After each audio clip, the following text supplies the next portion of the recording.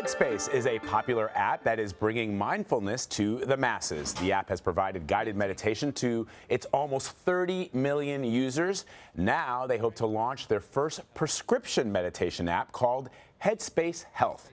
Here to talk about all of it is Headspace co-founder Andy Puddicombe and Chief Science Officer Megan Jones-Bell. Welcome.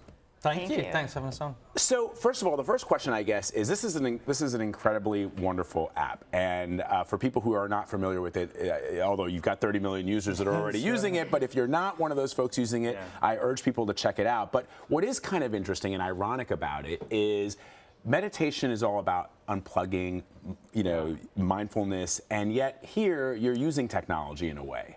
It's true. And I personally, I really like that tension. I think the technology often gets the blame. Our phone often gets the blame. I would say it's not the phone.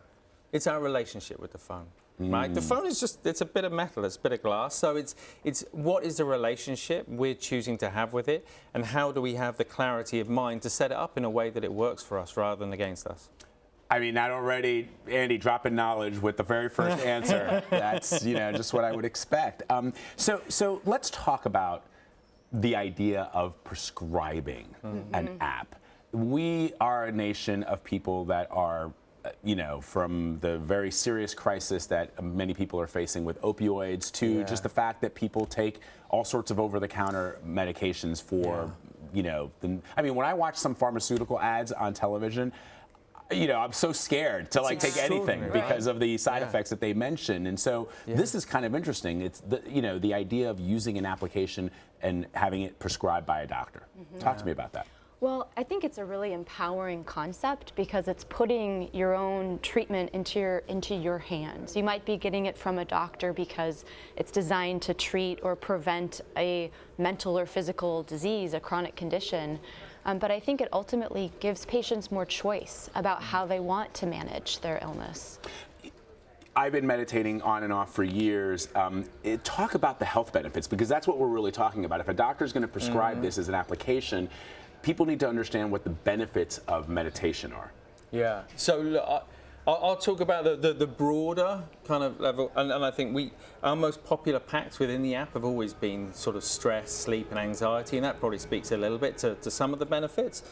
I think all of us would like a calmer, quieter mind, perhaps greater peace of mind, greater clarity in life. So, and maybe to have more harmonious relationships with the people around us. So at the kind of top level, those are the kind of things that it gives us. But I think, Megan, if you want to speak a little more to the specific scientific benefits. Well, there's been a lot of research on meditation, and we've done a lot in our, have about 65 studies underway with Headspace right now, showing that there's an impact on both mental and physical health, and that there are immediate and longer term benefits. So some of the things that we've shown with our app is that Headspace can reduce stress, anxiety, depressive symptoms, aggression and irritability, as well as improve compassion and happiness.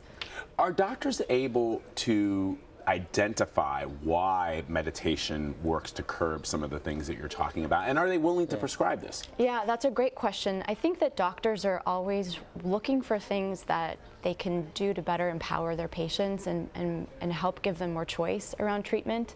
And so I think that we're really aligned there. Doctors already do recommend Headspace to their patients. And so, when we've done our market research, our work with physicians to design our customized product for Headspace Health, there's a really good connection there. Yeah.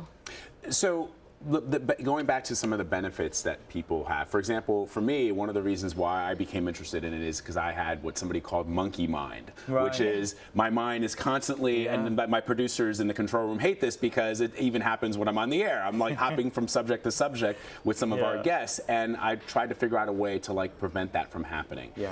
That's just one way that it can help. For sure, I think so. For most people, I think they experience a degree of distraction in life. I think it depends kind of on the person and what's going on in our life at any given time. But the ability to realize when we're getting distracted, to let go of that, and to come back to be present. And I think it applies to so many different areas of life. It's not just about feeling kind of calmer. I think whether we're at work and able to kind of work more efficiently, but I often think about it again in terms of relationships. So I know so many parents who say they're with their children, but they're not with their children. So they're there with their children, but thinking about work. They're there with their children, really wanting to pick up their phone and kind of have a look and see what latest emails are coming or whatever else.